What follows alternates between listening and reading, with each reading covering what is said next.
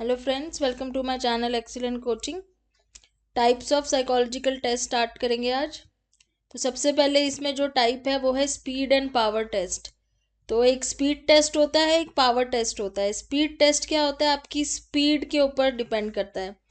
मतलब speed test में आपकी स्पीड इंपॉर्टेंट होती है कि आप कितने स्पीड से क्वेश्चन जो हैं वो सॉल्व कर सकते हैं, क्योंकि टाइम बहुत लिमिटेड होता है। Some major features of speed test are, ये स्पीड टेस्ट के बारे में बता रहे हैं। Items in the test are uniformly low difficulty, क्योंकि स्पीड की टेस्टिंग हो रही है, डिफिकल्टी लेवल की टेस्टिंग नहीं हो रही है, इसलिए बहुत ही लो डिफिकल्टी के क्वेश्चंस होते हैं उसमें। और वहाँ पे स्पीड से करना होता है क्योंकि टाइम बहुत कम होता है। Time limit is so short that no one could finish all the items. Time limit short ही रखते हैं सारे लोग, कोई भी उसको एकदम कंप्लीट पूरा नहीं कर पाता है। Each test taker scores reflect her speed of performance. आपके जो भी स्कोर है वो आपकी स्पीड जो है वो बताते हैं। पावर टेस्ट क्या होते हैं, पावर टेस्ट आपकी डिफिकल्टी चेक करने के लिए होते हैं, तो वहाँ पे स्पीड का कोई रोल नहीं होता। So a power test is the one where the difficulty of items is steeply graded and there are some items that are too difficult. तो डिफ़िकल्टी बहुत ज़्यादा होती है पावर टेस्ट में, जैसे धीरे धीरे डिफ़िकल्टी बढ़ती जाएगी उसमें। और इसके फीचर्स क्या हैं, the time limit is long enough to permit every test taker to attempt every question. मतलब आपके पास टाइम लिमिट पूरा होता है, आपको टाइम की कमी नहीं होती है, क्योंकि आपको स्पीड से नहीं करना है। Some items are so difficult that no one can get a perfect score. और कुछ उसमें इतने मुश्किल होते हैं सॉल्व करने आइटम्स कि कोई भी परफेक्ट स्कोर नहीं लेके आ पाता है। तो ये हो गए स्पीड और पावर टेस्ट। दूसरा टाइप है इंडिविजुअल एंड ग्रुप टेस्ट। नाम से पता चल रहा है, इंडिविजुअल मतलब जो एक पार्टिसिपेंट के ऊपर करा जाता है, जैसे स्टैनफोर्ड विने का आईक्यू टेस्ट हो गया। और ग्रुप टेस्ट होते हैं जो हम पूरे ग्रुप के ऊपर भी परफॉर्म कर सकते हैं एक साथ। तो ब्लॉक टेस्ट हो गया या ऑटिस इन्वेंट्री हो गया, जहाँ पे मिलिट्री पर्सनल की स्क्रीनिंग होती है। तो दोनों के ही अपने एडवांटेजेस हैं, डिसएडवांटेजेस हैं। जैसे एग्जाम्पल इंडिविजुअल टेस्ट की बात कर रहे हैं, examiner is highly trained and he can make valuable auxiliary observations. मतलब जो एग्जामिनर है, जो टेस्ट ले रहा है, वो उस पार्टिसिपेंट को, एक तो वो एग्जामिनर बहुत हाईली ट्रेन्ड होता है, दूसरा वो उसको ऑब्जर्व करता रहता है साथ साथ, और उसकी ऑब्जर्वेशन से भी वो काफ़ी सारी चीज़ें उस पार्टिसिपेंट के बारे में पता कर लेता है, उस पार्टिसिपेंट के बिहेवियर से।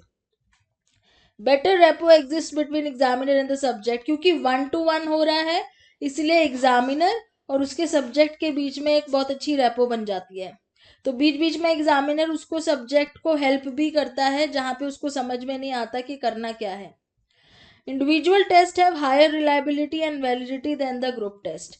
इंडिविजुअल टेस्ट में रिलायबिलिटी और वैलिडिटी दोनों ही हाई होती हैं। Subject can easily clarify any doubt. तो जैसे मैंने बोला है कि एग्जामिनर और सब्जेक्ट का रेपो अच्छा होता है, तो वो डाउट्स क्लैरिफाई करता रहता है।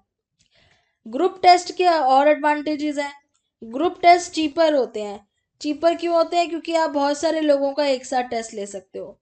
अब जहां आपको एक एक जने का टेस्ट लेना पॉसिबल नहीं है, जैसे सपोज इंटरव्यू के लिए बहुत सारे एप्लीकेंट्स आ गए हैं, रिक्रूटमेंट के लिए मिलिट्री में आ गए हैं, तो वहां पे तो आपको ग्रुप टेस्ट ही लेना पड़ेगा। There is more uniformity of procedure, क्योंकि सबका आप एक साथ एक ही समय पे टेस्ट ले रहे हो, एक ही तरीके से ले रहे हो, तो यूनिफॉर्मिटी ज़्यादा अच्छी बन पाती है। इंडिविजुअल में कई बार हर एक के साथ अलग अलग हमारा परफॉर्मेंस हो जाता है। फिर आते हैं नेक्स्ट कैटेगरी, जिसका नाम है एप्टीट्यूड एंड अचीवमेंट टेस्ट। तो एप्टीट्यूड टेस्ट क्या होता है, ऑक्सफोर्ड डिक्शनरी के अकॉर्डिंग जो टेस्ट आपका एप्टीट्यूड मेजर करेगा। लेकिन एप्टीट्यूड क्या होता है, आप कौन सी चीज़ के लिए सूटेबल हो, आपके अंदर कौन सी एबिलिटी है, आप आगे क्या कर सकते हो, किस चीज़ में बहुत अच्छा कर सकते हो। तो ये आपका पोटेंशियल होता है कि आप किस में बहुत अच्छा आगे कर सकते हो। एक तरीके से फ्यूचरिस्टिक हो गया ये, ठीक है, कि आगे आप किस चीज़ में अच्छा परफॉर्म कर सकते हो। एप्टीट्यूड टेस्ट जो है ना, स्कूल्स में लिए जाते हैं जब बच्चों को स्ट्रीम सेलेक्ट करनी होती है 11th में, या फिर जब उनको 12th के बाद अपने करियर ऑप्शन चूज करने होते हैं, तब एप्टीट्यूड टेस्ट वो लोग लेते हैं। उसमें क्या होता है, उनको आइडिया लग जाता है कि फ्यूचर में किस में अच्छा कर सकते हैं। अचीवमेंट टेस्ट क्या है, वो आपकी प्रेजेंट एबिलिटी और स्किल देखता है। मतलब आपकी एक्वायर्ड एबिलिटी क्या है, स्किल क्या है। जैसे ये वाला टेस्ट हो गया सैट स्कोलेस्टिक अचीवमेंट टेस्ट। तो एप्टीट्यूड टेस्ट प्रिडिक्ट करता है फ्यूचर, और after some form of training, मतलब अगर आपको ट्रेनिंग दी जाए तो आप किस में अच्छा कर लोगे। आपको अगर किसी एक पर्टिकुलर करियर की ट्रेनिंग दी जाए तो क्या आप उसमें अच्छा करोगे आगे या नहीं करोगे, एप्टीट्यूड टेस्ट से पता चलता है। अचीवमेंट टेस्ट आपके प्रेजेंट लेवल ऑफ परफॉर्मेंस देखता है। If you seek to conduct a training off for an engineering skill, the steps are as follows. तो conduct an aptitude test to know who have the aptitude, मतलब किसके अंदर aptitude है आगे उस field में अच्छा करने का। पहले वो टेस्ट लेना चाहिए, फिर उनको सेलेक्ट करो जिनका एप्टीट्यूड स्कोर अच्छा है और उनको ट्रेनिंग दो, और बाद में उसका अचीवमेंट टेस्ट करके देखो कि ट्रेनिंग के बाद एक्चुअली में उन्होंने क्या स्किल एक्वायर किया है। तो एप्टीट्यूड टेस्ट पहले लिया जाता है सेलेक्ट करने के टाइम पे, अचीवमेंट टेस्ट बाद में लिया जाता है ये देखने के लिए कि उतना उन्होंने कितना स्किल अचीव कर लिया है। फोर्थ है क्लासिफिकेशन जो है वो बेस्ड ऑन मीडियम है, कि आप कौन सा मीडियम यूज कर रहे हो, paper and pencil test medium है या परफॉर्मेंस टेस्ट है। पेपर पेंसिल टेस्ट कौन से होते हैं, जिसमें आइटम्स प्रिंटेड होती है और रिस्पॉन्सेज रिटर्न में देने होते हैं। तो ऐसे बॉक्सेस दिए होते हैं तो आपको एक बॉक्स पे टिक लगाना है, या फिर 0 1 2 3 ऐसे ऑप्शन दिए होते हैं तो आपको रेटिंग देनी है, या फिर आपको आंसर्स लिखने हैं अगर ओपन एंडेड क्वेश्चंस है तो आपको जो लिखने हैं हाथ से या टाइप करने हैं। पेपर पेंसिल टेस्ट हो गए। परफॉर्मेंस टेस्ट क्या हो गए, जिसमें आपको पजल्स वगैरह सॉल्व करनी है, ब्लॉक्स वगैरह यूज करने होते हैं, मैनिपुलेट करने होते हैं, ऑब्जेक्ट्स हो गए, पिक्चर्स हो गए। दोनों के अपने अपने एडवांटेजेस हैं। परफॉर्मेंस टेस्ट की एडवांटेज इसलिए है ज़्यादा, वो कल्चरल न्यूट्रल है, उसमें किसी को एक लैंग्वेज आए या ना आए उससे फ़र्क नहीं पड़ता। आपने किसी को अगर पिक्चर्स से रिलेटेड कोई आइटम दिया है, उसको इंग्लिश आए ना आए, हिंदी लैंग्वेज जो भी है, जहाँ का भी वो टेस्ट है, उसको लैंग्वेज से कोई फ़र्क नहीं पड़ेगा, उसको पिक्चर्स अरेंज करनी है, तो कल्चरल न्यूट्रल हो गया वो। पेपर पेंसिल टेस्ट में क्या होता है, आपको लैंग्वेज आनी ज़रूरी होती है, तो लिटरेट होना ज़रूरी है, और जिसकी लैंग्वेज प्रोफिशिएंसी बहुत अच्छी हो गई उसके लिए तो वो एक्सट्रेनियस वेरिएबल हो जाता है। मतलब मान लो दो लोग हैं ए और बी, आपके टेस्ट में जो वोकैबलरी है, जो ए पर्सन ए है इसकी वोकैबलरी इतनी अच्छी नहीं है, इसकी लैंग्वेज की स्किल इतनी अच्छी नहीं है, बी है जिसकी प्रोफिशिएंसी लैंग्वेज में बहुत अच्छी है। अब आपके टेस्ट को ज़्यादा अच्छे से कौन समझ पाएगा, बी समझ पाएगा। तो कभी कभी ये लैंग्वेज प्रोफिशिएंसी जो है ना वो एक्सट्रेनियस वेरिएबल हो जाती है, जो नहीं चाहिए होता, उससे स्कोर्स खराब हो जाते हैं, तो ऑटोमेटिकली इसके स्कोर ज़्यादा अच्छे आएंगे। तो ये प्रॉब्लम आ जाती है पेपर पेंसिल टेस्ट में। Another advantage of performance test is they can be replicated across culture. तो परफॉर्मेंस टेस्ट में क्या है, लैंग्वेज का कोई प्रॉब्लम नहीं होता है, क्योंकि उसमें परफॉर्मेंस करनी होती है तो वो अलग अलग कल्चर्स में रिप्लिकेट हो जाता है। तो अगर वेस्टर्न टेस्ट है तो उसको इंडियन कल्चर में हम रिप्लिकेट कर सकते हैं, लेकिन क्योंकि उसमें लैंग्वेज की प्रॉब्लम नहीं आती है। और दूसरा एक चीज़ और ये कह रहे हैं, translated paper pencil test don't have the desired cycle. तो जैसे अगर आप पेपर पेंसिल टेस्ट की बात कर रहे हो कि अगर हम उसको ट्रांसलेट कर ले, मान लो इंग्लिश में टेस्ट है, आप चाहते हो कि रूरल एरिया के लोगों पे आपने वो टेस्ट परफॉर्म करना है, आप उसको हिंदी में ट्रांसलेट कर लोगे तो उसकी वैलिडिटी, स्टैंडर्डाइजेशन, रिलायबिलिटी सब चेंज हो जाएंगी, तो वो उतना ज़्यादा इफेक्टिव नहीं रहेगा। पांचवी क्लासिफिकेशन आ जाती है general classification versus differential aptitude test. तो जर्नल क्लासिकल टेस्ट वो होते हैं जो आप दो लोगों के बीच में जर्नल डिफरेंसेस बताते हैं, जैसे आईक्यू हो गया, तो वो जर्नल आपके आईक्यू टेस्ट क्या है, जर्नल आपके डिफरेंसेस बताएगा इंटेलिजेंस में। प्रॉपर कौन सी इंटेलिजेंस में फर्क है ये नहीं बताएगा। आईक्यू से आपको ये नहीं पता चलेगा कि आपकी कौन सी वाली, हमने जैसे मल्टीपल इंटेलिजेंसेस के बारे में पढ़ा हुआ है, तो आईक्यू में वो नहीं पता चलेगा कि पर्टिकुलरली आपकी कौन सी इंटेलिजेंस दूसरे से फर्क है, लेकिन जनरली आपका आईक्यू ज़्यादा है, आप जनरली इंटेलिजेंट हो, ये बता देगा, और कितना फ़र्क है आपस में दो लोगों का। जबकि डिफरेंशियल एप्टीट्यूड टेस्ट होते हैं वो पर्टिकुलर एक एप्टीट्यूड में डिफरेंस बताते हैं, जैसे म्यूजिकल इंटेलिजेंस में, आर्टिस्टिक में, मैकेनिकल में, किस पर्टिकुलर टाइप की इंटेलिजेंस में आपका स्कोर एज कंपेयर टू दूसरे से कितना है, वो आपको डिफरेंशियल एप्टीट्यूड टेस्ट में पता चलता है।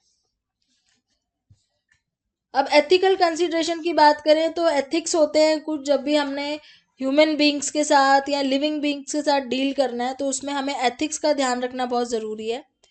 इसमें जो अमेरिकन साइकोलॉजिकल एसोसिएशन है APA, उन्होंने 5 प्रिंसिपल्स दिए हैं। वो बोलते हैं पहला तो बेनिफिशियंस एंड मेलफिशियंस नॉन मेलेफिशियंस होना चाहिए। मतलब बेनिफिशियंस का मतलब है कि आपको लोगों का भला सोचना है, उनके साथ गलत करने का नहीं सोचना है। तो साइकोलॉजिस्ट को बेनिफिट करने का, क्लाइंट को बेनिफिट देने के बारे में सोचना, ना कि उसको हार्म करने के। दूसरा प्रिंसिपल है फिडेलिटी एंड रिस्पॉन्सिबिलिटी। साइकोलॉजिस्ट जो है उसको ट्रस्ट बिल्ड करना है, एक रिलेशनशिप ऑफ ट्रस्ट होना चाहिए, धोखा नहीं देना है।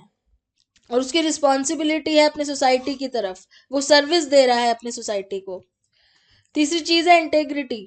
साइकोलॉजिस्ट जो भी हैं उनको एक्यूरेसी, ऑनेस्टी, ट्रूथफुलनेस, ये सारी चीज़ों को प्रैक्टिस करना है अपने साइंस और अपनी टीचिंग के और अपनी प्रैक्टिस जो वो करते हैं उसके साथ साथ इन सब चीज़ों का भी ध्यान रखना है।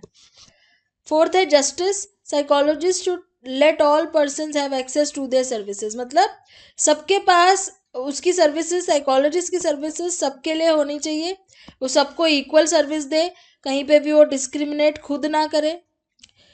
A client who is politically important और फ्रॉम द सेम कम्युनिटी, इस तरह की चीज़ें साइकोलॉजिस्ट के मन में नहीं आनी चाहिए कि कोई बहुत वीआईपी है तो मैं उसको ज़्यादा अच्छे से ट्रीटमेंट दूँ, तो ये सब चीज़ें नहीं होनी चाहिए। नेक्स्ट है respect for people's right and dignity. तो लोगों की डिग्निटी और उनके राइट ऑफ प्राइवेसी और कॉन्फिडेंशियलिटी, ये सारी चीज़ों का ध्यान रखना है कि जो भी वो एक साइकोलॉजिस्ट को ट्रस्ट करके बताते हैं वो चीज़ें लीक ना हो, किसी और को ना बताई जाए। Now that we have discussed general ethical guidelines, let us investigate some ethical issues. कुछ ऐसे एथिकल इश्यूज साइकोलॉजिकल टेस्टिंग को लेके ये बता रहे हैं। पहले ये बात कर रहे हैं जो टेस्ट पब्लिशर होता है उसकी क्या रिस्पॉन्सिबिलिटी है। तो जो टेस्ट पब्लिश करते हैं उनको भी कुछ गाइडलाइंस फॉलो करनी पड़ती है कि एक तो वो सिर्फ क्वालिफाइड यूजर्स को ही टेस्ट जो है वो सेल करें अपना, हर किसी को ना करें, क्योंकि गलत तरीके से अगर टेस्ट यूज हुआ और गलत स्कोर इंटरप्रेट करके आपने बताया किसी को, तो वो उसकी इन फ्यूचर उसकी लाइफ में बहुत हार्मफुल हो सकता है उसके लिए। आपने किसी का एप्टीट्यूड गलत बता दिया, उसने अपना गलत करियर चूज कर लिया, तो वो लाइफ टाइम उसके लिए प्रॉब्लम क्रिएट कर सकता है। Not all claims should be made during marketing test. The publisher needs to be truthful when marketing. अब जैसे आपको पता है कि कोई भी प्रोडक्ट बेचते टाइम मार्केटिंग में लोग कितना ज़्यादा फेक इंफॉर्मेशन प्रोवाइड करते हैं, कस्टमर को गलत तरीके से अट्रैक्ट करते हैं, वो चीज़ साइकोलॉजिकल टेस्ट में नहीं होनी चाहिए। जो भी उस टेस्ट में है उसको सही सही बता के ही उसकी मार्केटिंग करनी है। Publisher should ensure test security. Test security क्या होता है कि उसके टेस्ट के कंटेंट्स डिस्क्लोज ना हो, पब्लिकली अवेलेबल ना हो, क्योंकि उसको फिर हर कोई यूज कर लेगा। The publisher should provide all necessary information to the test user. जो टेस्ट यूज करेगा उसको सारी नेसेसरी इंफॉर्मेशन देनी ज़रूरी है, डिटेल्स देने ज़रूरी है, उससे कुछ छुपाना नहीं है, और टेस्ट के नॉर्म्स बताना बहुत ज़्यादा ज़रूरी है। फिर आती है रिस्पॉन्सिबिलिटी यूजर की। अब जो टेस्ट एडमिनिस्टर करेगा उसकी क्या रिस्पॉन्सिबिलिटी है। ये टेस्ट खरीदेगा और ये टेस्ट किसी और के ऊपर एडमिनिस्टर करेगा और उसको रिजल्ट इंटरप्रेट करके बताएगा। तो अब ये किसी पर्सन को उसके स्कोर बता रहा है, तो इसकी तो बहुत मेजर रिस्पॉन्सिबिलिटी हो जाती है। He determines the need for testing. पहले तो वो ये देखेगा कि क्या टेस्टिंग की जरूरत है उस पर्सन को जिसको टेस्ट देना है। He select the test and test to use. कौन सा टेस्ट लिया जाएगा ये सिलेक्ट करना भी यूजर का काम है। एडमिनिस्टर करेगा टेस्ट, स्कोर भी निकालेगा टेस्ट के, और उसके बाद उनको इंटरप्रेट करेगा स्कोर्स को। He has to maintain certain ethical standard भी होने चाहिए उसमें कुछ, जैसे उसको वेल क्वालिफाइड होना ज़रूरी है। अगर टेस्ट को स्कोरिंग करनी नहीं आती है टेस्ट की, तो किसी को भी किसी पर्सन के लिए नहीं स्कोर करके इंटरप्रेट नहीं करना चाहिए। अगर आपको नहीं पता है कि उस पर्टिकुलर टेस्ट का स्कोरिंग कैसे करी जाती है, तो आप उसको ना यूज़ करो, रेदर देन कि आप गलत स्कोर्स बताओ किसी को। He should respect the test takers right. तो राइट्स किसके, जो सब्जेक्ट के राइट जो हम ऊपर डिस्कस कर चुके हैं, उन सब चीज़ों का ध्यान रखना है। He should not miss use the information. कोई भी इंफॉर्मेशन उसको मिलती है टेस्ट के थ्रू, उसको मिस यूज ना करे। जैसे कई बार लोग क्या करते हैं, सेल करना शुरू कर देते हैं इंफॉर्मेशन, वो चीज़ यहाँ पे अलाउड नहीं है। He should explain the test result to the participant in a language that the layman test taker understand. क्योंकि टेस्ट में कई बार लैंग्वेज ऐसी होती है कि लेमैन यानी कि नॉर्मल लोगों को समझ में नहीं आती है, तो वो जो टेस्ट टेकर है वो उन यूजर्स जिन्होंने टेस्ट दिया है, जिसका टेस्ट लिया गया है, जो सब्जेक्ट है, उसको पूरा समझाए कि उसके टेस्ट का क्या रिजल्ट है, स्कोर्स का क्या मतलब है। अब आता है टेस्ट टेकर्स राइट। तो जो टेस्ट ले रहा है, मतलब जो सब्जेक्ट है, उसके क्या राइट्स हैं।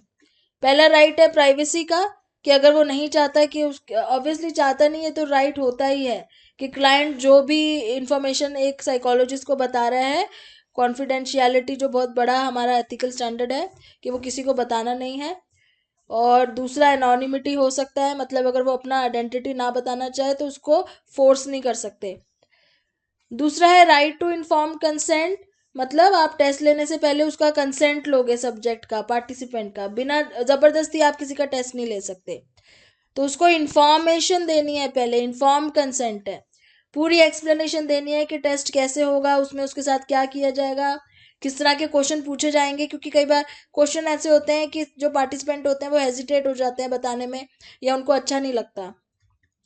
तो किस चीज़ का टेस्ट हो रहा है, कैसे लिया जाएगा, ये सारी चीज़ें बतानी ज़रूरी है। इन्फॉर्मेशन देने के बाद ही उनका कंसेंट लेना है। उसके बाद test taker has the right to know and understand result, तो फाइनली उसको आपने रिजल्ट बताना ज़रूरी है। Testing special populations, special provisions must be made when testing special populations such as minority, ethnic group, student with learning disability, people with mental retardation, जो ये special category में लोग आते हैं, इनकी टेस्टिंग करने के लिए आपको जो है स्पेशल प्रोविजंस करने पड़ते हैं। जैसे tribal group of India have very different cultures from the that of the main stream group. अब जैसे ट्राइबल ग्रुप है, उसका टेस्ट ले रहे हो तो आप नॉर्मल ग्रुप की तरह नहीं ले सकते, उनके लिए अलग स्पेशली डिज़ाइन टेस्ट होते हैं। Hence the testing itself in unethical, तो वो वाले टेस्ट यूज़ नहीं कर सकते जो मेन स्ट्रीम लोगों के लिए करे जाते हैं। Similarly special provision should be made to test people with learning disabilities, जो जिसकी जैसी डिसेबिलिटी है या जैसी उसकी स्पेशल उसमें आता है, उस हिसाब से उसका टेस्ट भी चेंज हो जाता है, टेस्ट लेने का तरीका भी चेंज हो जाता है। फिजिकली एंड मेंटली चैलेंज है, जैसे जैसे अगर लर्निंग डिसेबिलिटी है, तो अगर वो पढ़ नहीं पा रहे हैं या वो फिजिकली मेंटली चैलेंज है, तो आपको उनके टेस्ट लेने के लिए स्पेशली ध्यान रखना पड़ेगा कि उनको उस तरह की प्रॉब्लम्स ना आए उस टाइम। तो यहाँ पे ये आपका चैप्टर ख़त्म होता है और ये बुक भी ख़त्म हो गई है। और आई होप मेरी वीडियोस के थ्रू आपको हेल्प मिली होगी इस बुक को समझने में, और आगे भी मैं अलग अलग कंटेंट जितना हो सकेगा उतना कवर करती रहूँगी जिससे आपको और हेल्प हो जाए। Thanks for watching.